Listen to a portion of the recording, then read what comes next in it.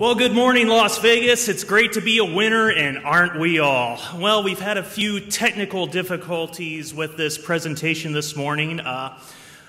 First, my presentation was on an iron key, and Tuesday it decided to eat itself, so there are a few glitches in the PowerPoint, so if you see them, try not to notice. Thank you. And this laptop has already blue screened on me twice this morning, so let's just keep our fingers crossed. Well, a bit about me. My name is Matt Crick. My voice is my passport. Verify me. I go by DC Flux. I was a teenage engineer. I'm a video editor, and I like to live on the edge a bit and hang out on towers. Is a lot more fun than video editing at a console. And if I can't make people laugh during my talks, why am I bothering? So, Chapter 1 is going to get a lot of people's feathers ruffled because they are in love with their smartphones, but let me tell you why I named it this. This was because while I was putting these slides together, the Boy Scouts of America were doing their youth jamboree at our local Boy Scout camp. And one of the things you can get as a Boy Scout is the Radio Merit Badge. So here I am trying to explain to a kid just about in junior high, you know, how cool radio is and all that, and he just sort of looks at me and yawns and pulls out one of these. Well, joke's on him because the camp is located in a cellular dead zone with spotty coverage at best. But I was like, you little bastard. When I was your age, my computer at the time was a Commodore 64. The family's, not mine, mind you, cell phone was this Panasonic bag phone here, and couldn't find a battery for it, but that's what it looked like. Cost about between $2 and $3 a minute just to use the thing, and it made calls and nothing else. And the first, you know, if I wanted personal communications in the field, my first radio was the Yaesu FT709. But, you know,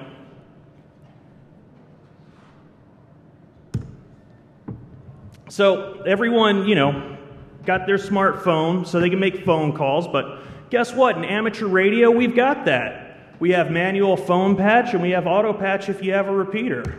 We've got push to talk, frequency modulated, amplitude modulation, digital modulation. Oh, a special note, I didn't put D-star on this. I did not put D-star on this slide because even though it's all kinds of fun and IP-based, the audio quality is very lacking compared to P25. Text messaging, we got it. We got Morse code, teletype, packet, PSK. What else? We got picture mail. We got slow scan television, or you can send your pictures with packet. We've got video chat, you know, full bandwidth, 6 megahertz wide, amateur television, and we've got like 3 different versions of digital amateur television going right now. And we've got location awareness. We've got APRS, which, you know, is basically the amateur version of LoJack, but I don't run it anymore because I don't want the nerds knowing where I am. We've got internet access. On the 2.4 gigahertz band, channels 1 through 6 fall in the ham band. And that means as long as you don't exceed the bandwidth, you know, run like the full 22 megahertz wide on channel 6 and 1, you can run up to 1,500 watts using, you know, standard, you know, build amplifiers for standard off-the-shelf equipment. On 5.7 gig, channels 136 through 165 fall within the ham band.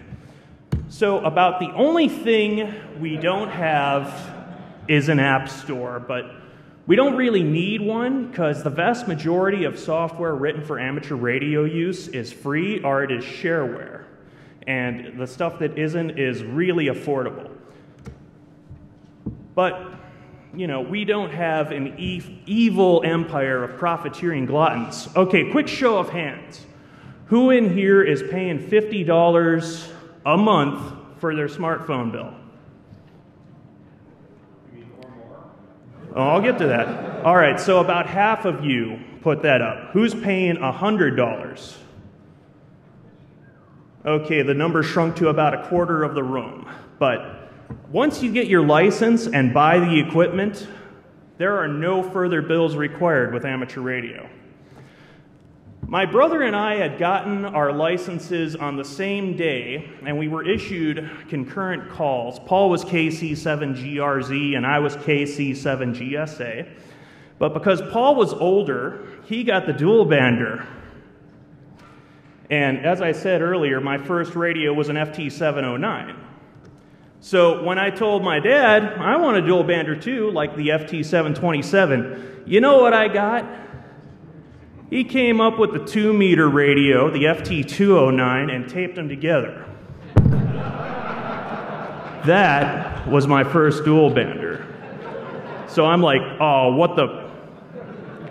But later he would come up for me, the Kenwood TH77.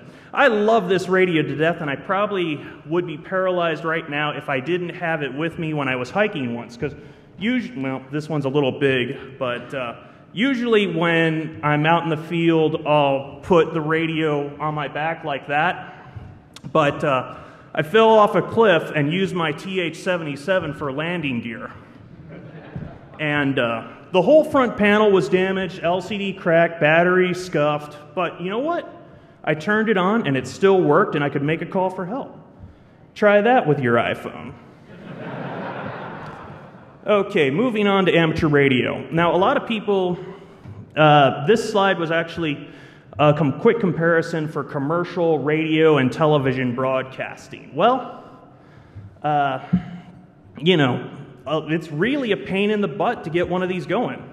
It's like lawyer fees. I just got charged $160 for a 5-minute phone call from this guy. And then the bill showed up because I was changing a license to my name from another guy's name, and it was about four grand, maybe a little more. Then you got your FCC fees, which is at least $500 per application. And then you got to fight for the right to get a license allocation, which, you know, depending on the market and what you're going for, is between $30,000 and $5 million, such as ones for the Vegas market. Then you still got the equipment to buy. And depending on the size of your transmitter, it could be $5,000 to $1 million, and that doesn't include any of the studio equipment.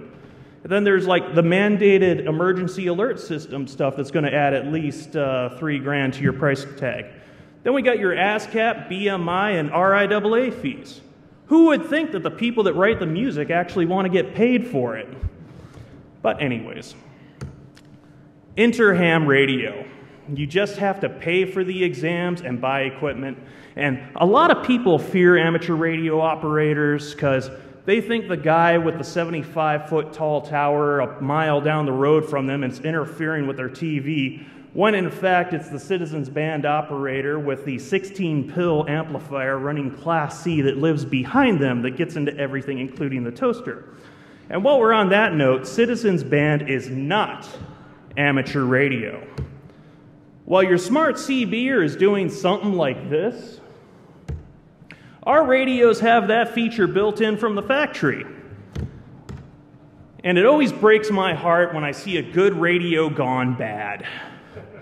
People beg and plead for me to repair their radios because apparently I am the only one in the tri-state area that knows how. But when I turn it on and it comes up on a CB channel, I get really mad. It immediately goes back to the person unrepaired, or I will impound it saying I can't, it can't be fixed anymore and I'd like it for parts. Such is the case with this poor Heathkit SB200. This was butchered by some CBer to run the bias extra hard because he wanted, quote, more swang. Apparently that's some CBer term that indicates to how far they can make their watt meter move. So, we told the guy couldn't fix it anymore, and we unmodified it. So it lives happily once again. Also, FRS, GMRS, MERS, that's not amateur radio either. FRS, you're limited to power, and it's basically a UHF version of CB radio. GMRS is a cheap way to get a commercial radio system going, and I'm not even sure what MERS is. I didn't have time to look it up. So when you mention ham radio, people often associate it with this stereotype of a bunch of fat guys sitting around that like to talk on the radio. Well, I won't lie to you, we've got that. But the hobby offers so much more as well. It's about teamwork on field day. It's getting people interested in the hobby. It's about learning how to solder and build electronics. It's about designing custom electronics for whatever application you may have. It's about volunteering. It's about putting up antennas and towers during the day. It's hanging out on a tower during a windstorm to install a heliax connector. And sometimes you have to go up the tower at night. It's a series of tubes. Sometimes you can experiment and make those tubes glow right in your hand. It's some guy's homemade arc welder. It's using thermite to weld. It's collecting electronics and various components and documentation in your bedroom. It's collecting equipment in your car. It's hiking up mountains for better range. It's talking through satellites in orbit for better range. It's disaster preparedness. It's being a trained weather spotter for the National Weather Service. It's volunteering during an actual disaster. It's an adventure that requires four-wheel drive to get to. And sometimes you need a Black Hawk helicopter to get to it. Amateur radio can turn your girlfriend from this to this.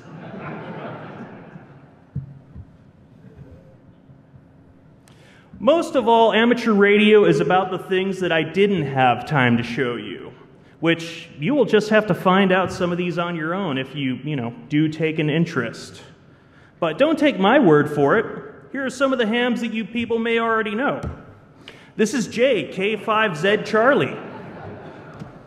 This is Bob, K2AMH. This is Joe, WB6 ACU. This is Art, W6 OBB. This is Nolan, W7 DUK.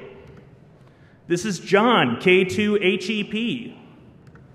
This is Steve, WA6 BND. This is Clifford, K7 TA. And this is Kevin, N6 NHG. Moving right along, the FCC is the man. Established by the government to be the entity that taxes people for the use of the electromagnetic spectrum, something that should otherwise be free. But anyways, these are the only people that have the authority to grant your license and to shut you down. Now, you don't know about the League? The Amateur Radio Relay League is ham radio's version of the NRA. They basically file legal petitions with the government on behalf of amateur radio operators, and being a member gets you a free subscription to a magazine. I was going to say QST is like guns and ammo for hams, but surprisingly that magazine wasn't owned by the NRA. And we've got some bands that we're allowed to use. This is the HF radio spectrum, 160 meters through 10 meters. 60 meters there is one of our newest bands, and the thing there is we're not allowed to use that whole chunk there.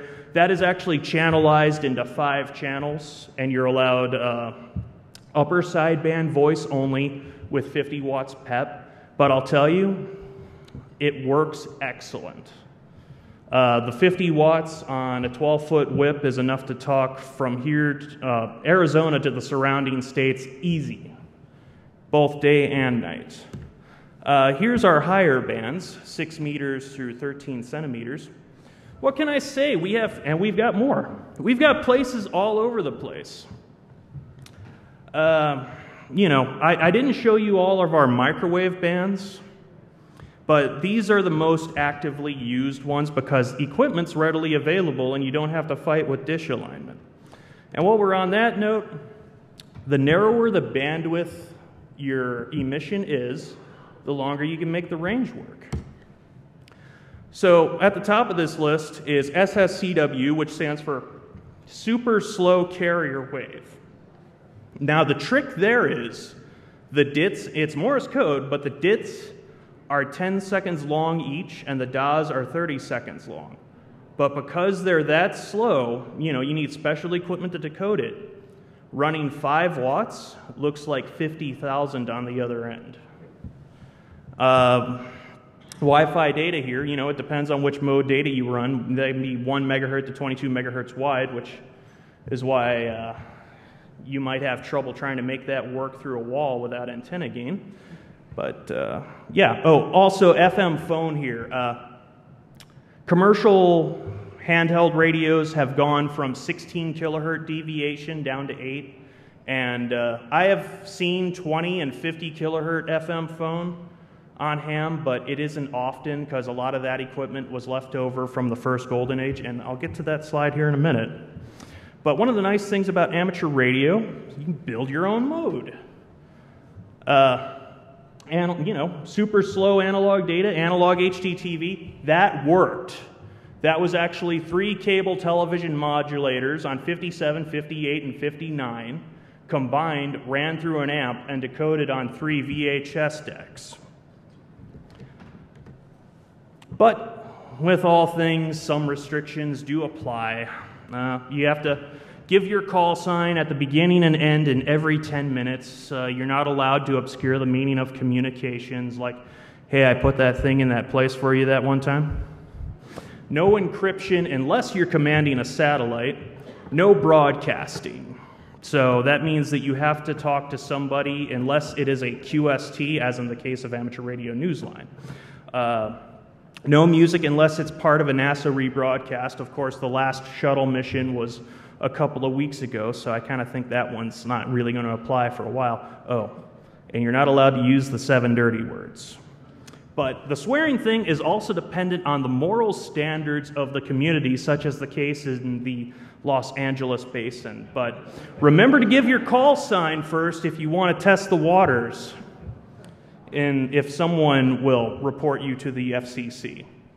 So in short, don't be an asshat on amateur radio and you'll get along with it just fine. If you have to, take your shenanigans down to CB where they belong. Here's the good stuff. 1,500 watts PEP on most bands with a few restrictions. Like I said, 50 watts on 60 meters, which is easy out of a mobile radio. 200 watts PEP on 30 meters, and also 30 meters is a CW only band. And 50 watts PEP on 70 centimeters, which is UHF in some locations, and that's a pave pause thing, and I'll get to that later. But the nice thing is you can run unlimited ERP. You can, like I said, build your own mode. They're allowed on all bands, except the pulse and spread spectrum ones are limited to pretty much 900 megahertz and above, because of those are the bands that have a lot of bandwidth to them. And also, you know, unlimited, you know, as long as your emission falls within the amateur radio bands, you can have as much bandwidth as you want on 900 megahertz. What I talked about in the last slide was PEP, peak envelope power. That's the power leaving your transmitter terminals. And it's peak because sideband and AM, they don't function with a continuous carrier. And a good example of this is with AM TV. An AM TV signal will typically, the average power is 75% typically below the peak power because of the sync tips. for the horizontal sync. ERP, however, is effective radiated power, which is the power you can actually throw into the radio horizon after the feed line loss and the antenna gain. So, you know, I've seen some people, actually, this is notable because it was a Las Vegas television station that did it. They had a license for 2 million watts ERP, and they thought they were going to do it with a 10,000 watt transmitter and make everything up in antenna gain. And I couldn't find a donut to explain this, but the higher antenna gain you use, the narrower the beam width. So if you use a very low gain antenna, imagine the pattern leaving it looking something like a donut. But as you start to make that into like 10 or 20 dB gain, that donut starts flattening out into a pancake. Now, if you put a pancake on top of a mountain, your power will fly over everyone down below the mountain and land someplace 120 miles away.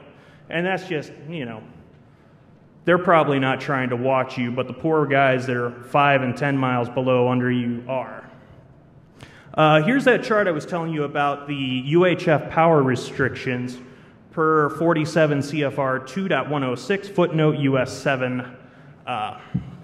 Pretty much you'll see all of Arizona's covered, most of Southern California, actually most of California too, and the Southern Nevada portion that Las Vegas resides in. But basically these are outlines around US government, Air Force installations. And pretty much we share the UHF spectrum with, you know, the 70 centimeter spectrum with the government, and they use it for radar to look for space junk. So they don't like when one of our repeaters starts getting to them and they get all excited thinking that, you know, this guy's repeater in his backyard is some space junk over by Mars. Estimated ranges. Okay. Whenever I tell someone about how great amateur radio is, they always like, well, what kind of range can I get? Well, a lot of it depends on the band and conditions, but here's kind of a chart I put together. And generally, the lower the frequency, the better range you can get because of path loss. The higher the frequencies, the more your radio waves actually get absorbed by buildings, foliage. Some frequencies even get absorbed by the moisture in the air. But 160 meters is the 1.8 to 2 megahertz portion. And a lot of the people that are on this will run retired AM broadcast transmitters. But the reason I put bad range on that is because you're combating with a lot of noise on 160 meters. Everything that has a switch mode power supply will make garbage, twisty lights, boat chargers. Yeah, it can get intense. 80 to 20 meters, which is our HF range, you know, generally it works pretty good. Some bands work better at night, other bands work better during the day. It's a little big to put on this chart. Now, 10 meters. 10 meters I put on here has a peak and a dip, because that really gets good in 11-year cycles, excuse me, that are concurrent with the sunspot activity that's going on. And right now we're still kind of in the null because for whatever reason the sun hasn't decided to erupt again. So no one's really sure if that's a good thing or not. But during the peak of the sunspot cycle, I tell you, a 5-watt handheld, you can talk to Florida from Arizona. And, you know, a mobile rig will talk to Japan from my driveway.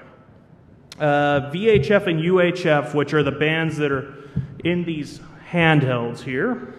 VHF penetrates a little bit better because the wavelength is longer.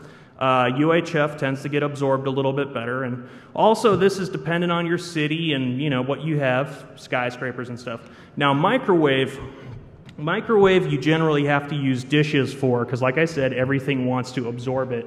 So generally we use that for point-to-point operations, like linking between mountaintops. And yeah, if you have the right size dish, you can make a microwave signal go 150 miles if you have the right 2 mountaintops, and that is because of the curvature of the Earth.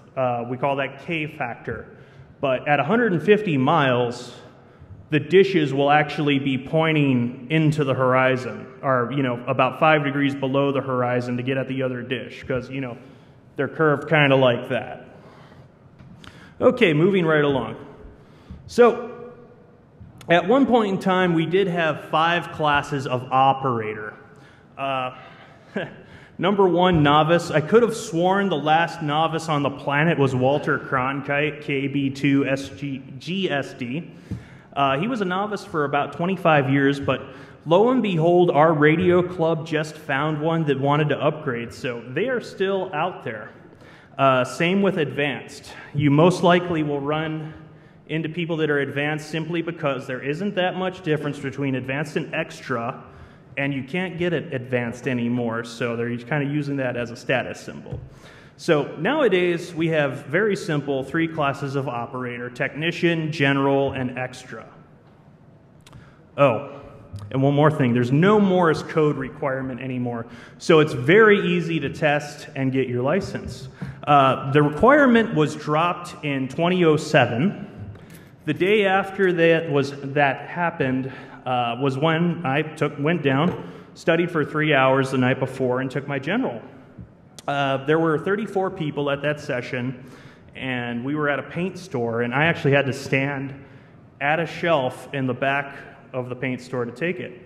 And no one told me this, but I had used blue pen, and I circled the letters on the answer sheet. This is one of our grading templates.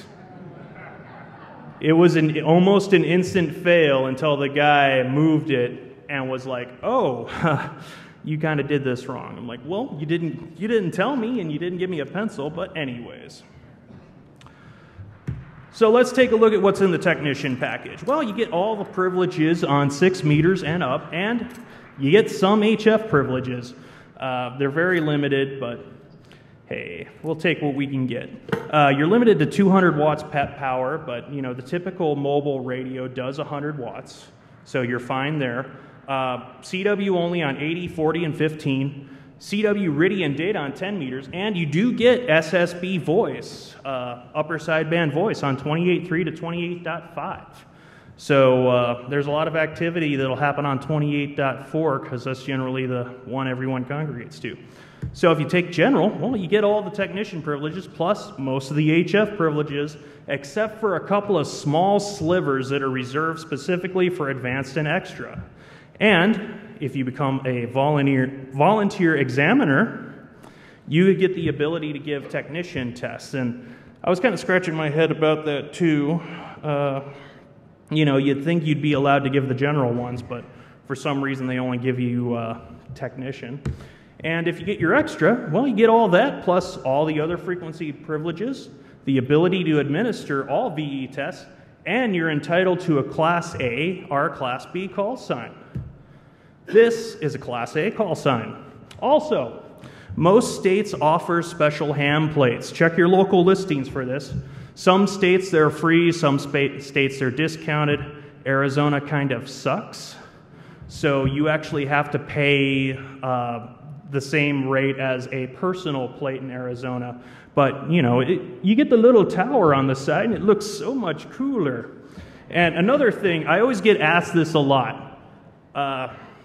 People come up and they're like, "What part of Pennsylvania are you from?"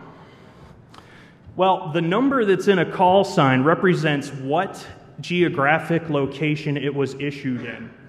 And the reason why I have a 3 in my call sign is because it is almost impossible to find a 1x2 or a 2x1 in 7 land, because a large number of them were reserved for Hawaii and Alaska, and people, when the vanity program came out, started getting them because they thought they were lucky. But anyways, also, American call signs only have 1 number in them. So right away, if you know someone, you can tell someone's not legitimate, such as the case of W6JJ4, just right away, because they'll have, when you ask them their call sign, they'll have an improperly formatted one. Okay, so who here recognizes these basic electronic symbols? Okay, but who of you know which one doesn't belong? Oh, I passed my novice without studying when I was bored at a hamfest one time, and I was 12, and I knew what, a switch looked like on a schematic, a resistor, a capacitor. So if you know anything about how to read a schematic for electronics, you get along just fine. But, if you're really interested on studying, go to this store. We are less than a mile from it. It's south. You can walk there if you can bear the Las Vegas summer heat. Or if you can find a taxi driver that'll, only take you there for a mile, go for it. But go in there, talk to a guy named Luke. He's the store manager, very cool guy. And he'll show you these books. Okay, so they are a little pricey, but they are extremely well written and do a really good job going into theory. Plus, when you have your license, you can hand them down. AES typically has 25 of each type in stock at any given time. If you don't see a copy on the shelf, just ask and they'll find it. They also have the Gordon West study guides available there as well. And, I know what you're saying. Well, Mr. Flux, I don't want to spend too much money on this. Well, if you're willing to use DEFCON's network, we have free online resources. Oh... I will point out, though, that when taking the QRZ practice exams, please remember to advance the test numbers, because it'll put you on test number 1 by default. And if you don't advance it, such as a case of Kimberly, KE7PYL, she was like, oh, look, I'm getting 100%. I'm like, really? Advance it to test 2? 20. Because, she kept learning the same 35 questions over and over again. This is the question pool size. So typically when you take your technician and general, 26 right or better. Passing grade is 75% or 74% or better. And I will point out that the general question pool has changed July 1st. So make sure you have the right question pool that you're studying for. So which class is right for you? General. General's right for everybody. I recommend everyone become at least a general because you get privileges on all of the HF bands minus those small segments, but that's fine. You just can't talk to Art Bell and pals on 3840. And the segments reserved for advanced and extra, which it's 400 kilohertz spaced over, 12 bands, so it's not that much. And it's real cheap to take the test by us, save a little coin for the exam. This was the first year we actually started testing here at DEFCON, and there were actually a few more of us, but they had to go before this picture got taken. Let's see. Okay, so things to bring. Obviously $15. We'd like a photocopy of your driver's license, a photocopy of your existing FCC license, or you can print out the reference copy if you're going to upgrade to something like General or Extra. We'd also like to have your FRN, which I believe is Federal Registration Number, but I'm not sure on my alphabet soup today. If you don't have an FRN and you trust us, we can use your SSN. And calculator's optional, but it has to be an old school one that you can prove to us that it doesn't have the test memorized in it. So, a TI-36 would be just fine, but don't show up with a TI-84 unless you can prove to me that the memory is 100% clear on it, okay? So can you do it? Well, you can. Ass kicked by a blind man. This is my club's president, Bill, KD7MIA. He is legally blind from when an accident happened aboard the USS Enterprise. The engine on an F-14 Tomcat exploded in his face. And this was the day he passed his extra. And here he is on field day in a tent with blaring wind, and we're giving volunteer examinations. Oh. And this one just happened. This is Karen Lee. She doesn't have her call yet because she just passed on Tuesday. She didn't have here's the impressive thing. She didn't have a laptop or a computer with the internet, couldn't afford a book, and didn't ask anyone to print out the questions for her. So she studied on a droid. Yes, wouldn't you know it, smartphones are actually good for something after all. And she actually took it the month previous, but the website she was studying on, I forget which one it was, but their mobile version did not have the current question pool. So she failed the first time, but came back and took it on Tuesday and passed with only 2 wrong. Okay, so everyone's thinking, okay, show me the hacks. Well, we are on the verge of the second golden age of amateur radio. The first one was the first commercial narrowbanding in 1963, and that's when we went from 15 kilohertz FM deviation to 5.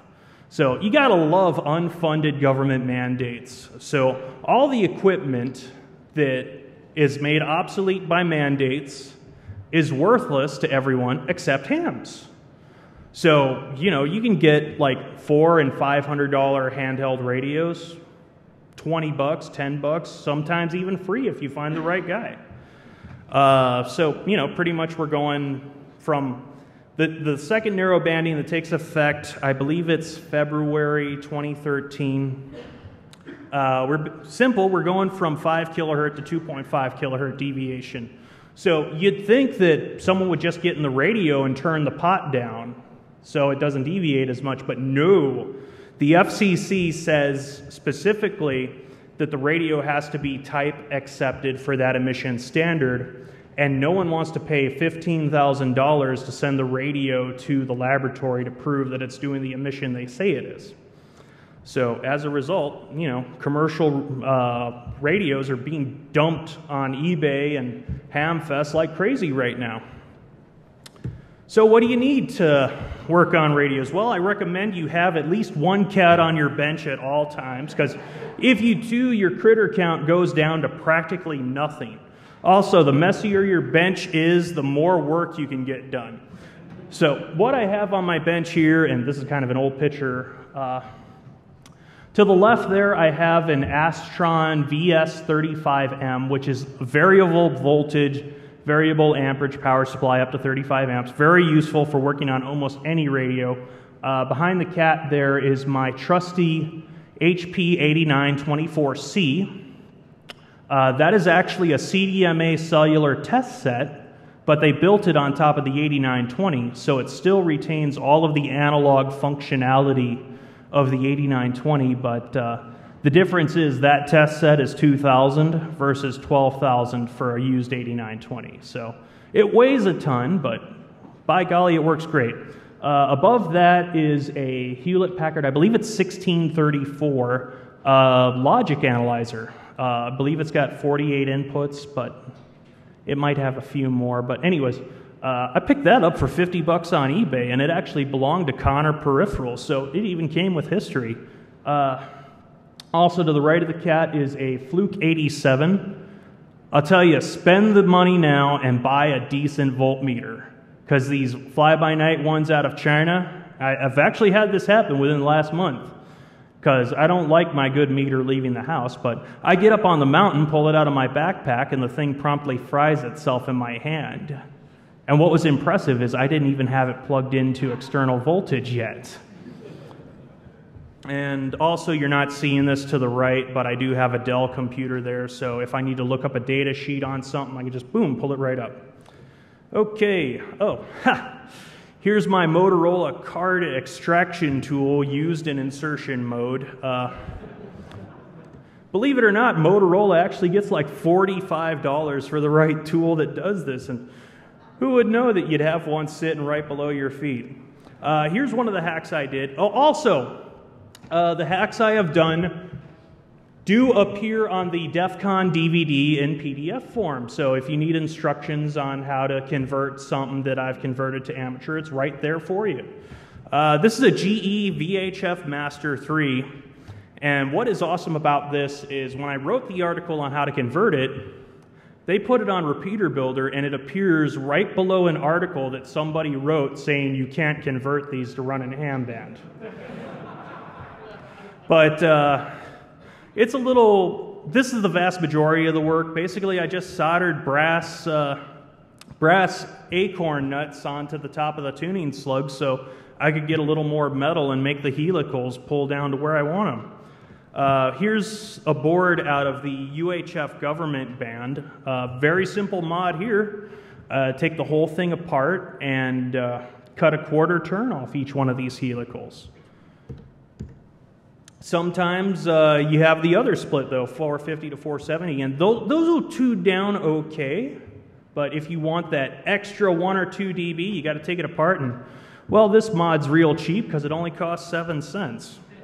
But while you're in there, be sure to be on the lookout for these damn things. Oh, tin whiskers. The one on the right is actually a photo I took. They're about 5/8 to, or the one I took was about 5/8 to 3/4 of an inch long, and it almost looks like a scratch, it's so fine, but this thing is so fine, I had to stop breathing while I was taking the picture because it was moving in the wind, and I was like 2 feet from it. Yeah, so what happens here is the whisker, no one knows why they grow, not even NASA, but they'll grow and short out your stuff, and then you'll be like, well, why ain't my stuff working? And I actually saw this on a mountaintop. The Master 2, the drawer was folded open in the position, open position, and someone wrote on it in Sharpie, "Do not close." Because as soon as you closed it, the whiskers came down and shorted out your helicals.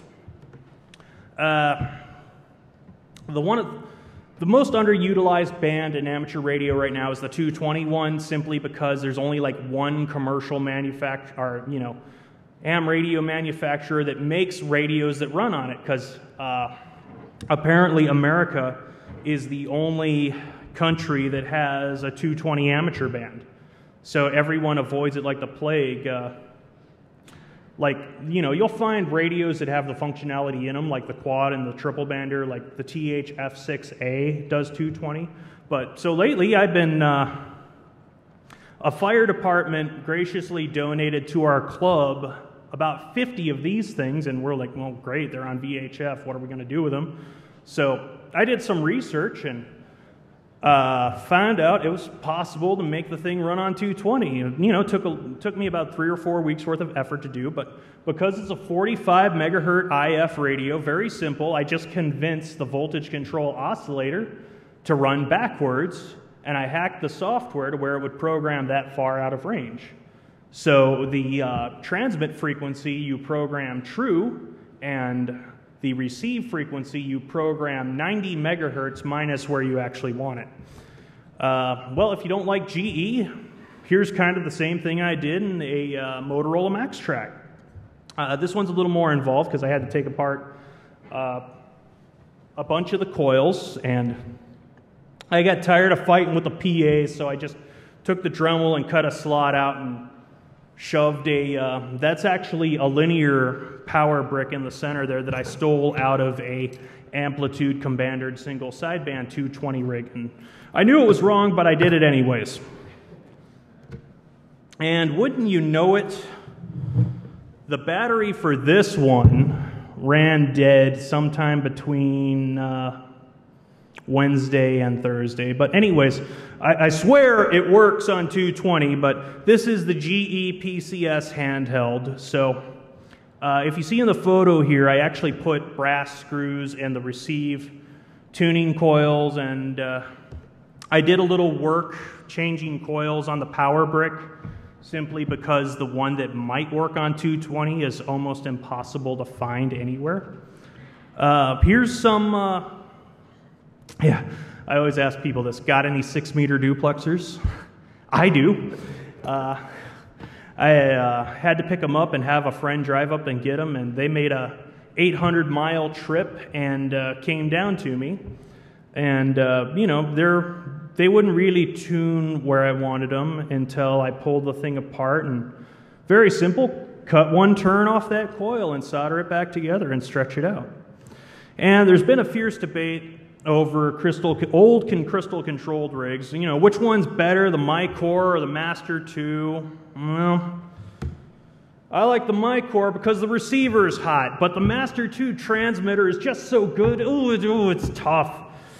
Anyways, the surplus market has a ton of these for hams that are, they were practically already worthless to commercial users, but now they're really worthless.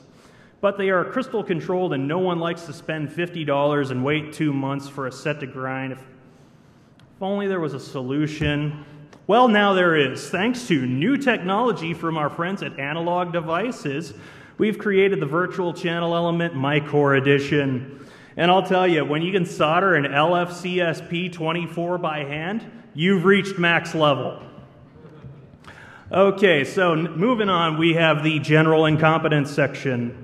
Okay, we got this cable from a guy who got it from a guy who got it from another guy who that actually worked at the place that manufactured it. But what you are seeing here is a homemade adapter from 1/4-inch Heliax to a PL259 connector made from 12-gauge copper wire.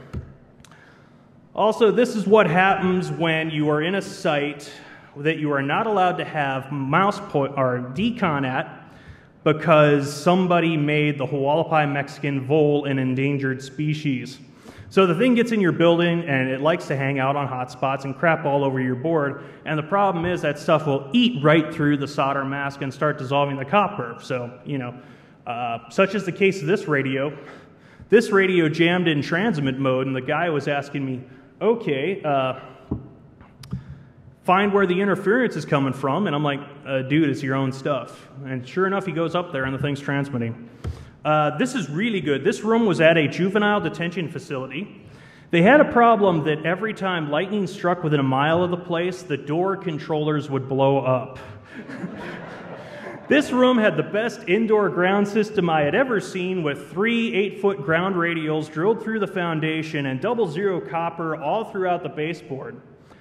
This lone polyphaser here is our, lightning arrestor, is the only thing connected to it. Also, I find it humorous because no antennas were connected to it at the time either. But yeah, they never even bothered to hook the antenna to it once they got the ground system. And at first, this antenna looks, at the top here, looks like it's pointing at Las Vegas. Look again. Too much stress on the tower when the antenna was a popsicle and the wind speed got high enough, ripped the top rungs right off the tower because it wasn't bolted low enough. All right, I was scratching my head on this next picture, and I'm sorry it's a little hard to see, but this is the KAAA AM tower, old dark one in Kingman. For some reason, someone bolted cellular antennas at the 40-foot level, which it didn't make sense to me, and I was scratching my head. I even called their chief engineer, and he didn't know. So, I didn't figure out why they did it until I went into the parking lot, and this is what I saw across the street. Apparently, cellular coverage is so lousy in our town that they couldn't sell cell phones. And this is a site access gate, and this is kind of a double-edged sword. Had it not been for the push bar on this front of this truck, it probably wouldn't grab the gate. But also, had it not been there, this guy would have probably lost his junk. And on that note, it has occurred to me that we have ran out of time, and so I can clear the stage for the next guy. I will be entertaining your questions in the Q&A room. Thank you for attending, and enjoy yourselves the rest of the day.